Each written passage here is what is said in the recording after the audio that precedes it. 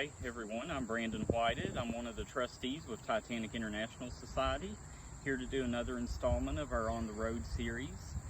Today I'm visiting Clinch Valley Memorial Cemetery in Richlands, Virginia, to talk about one of the 36 victims of the USS Mount Vernon, which was torpedoed during World War I on September 5th, 1918 off the coast of France by the German U-boat U-82.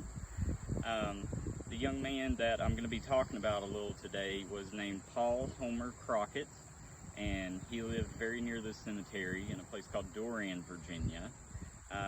He died, of course, on September 5th, 1918 while working as a fireman on board the USS Mount Vernon, meaning, in other words, he was a stoker. He would have been down in the boiler rooms providing coal to the furnaces, keeping the fires up. The USS Mount Vernon actually started its career as a luxury liner from Germany, owned by the North German Lloyd Line. At that time it was called the Kronprinzessin Cecilie, and was known to be very luxurious, very fast.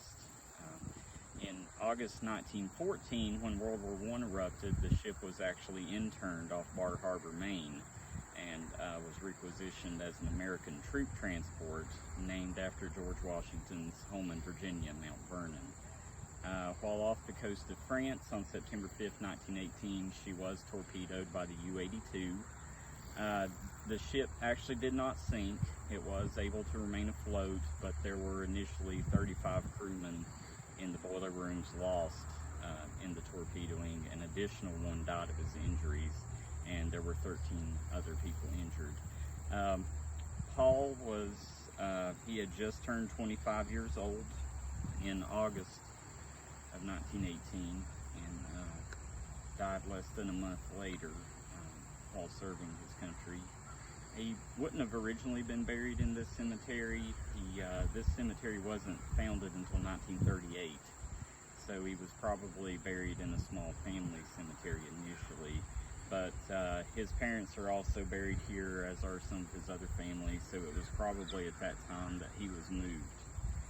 He was a fireman second class with the U.S. Navy, and you'll see his headstone here in a moment. And what's interesting is it actually tells how he died, that he died as a result of the torpedoing on the USS Mount Vernon. So we're actually going to get a shot now of his final resting place. And you can see it says fireman second class U.S. Navy, lost in USS Mount Vernon when torpedoed.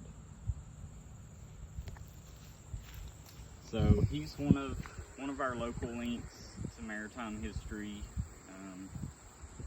Tragic end to a young man.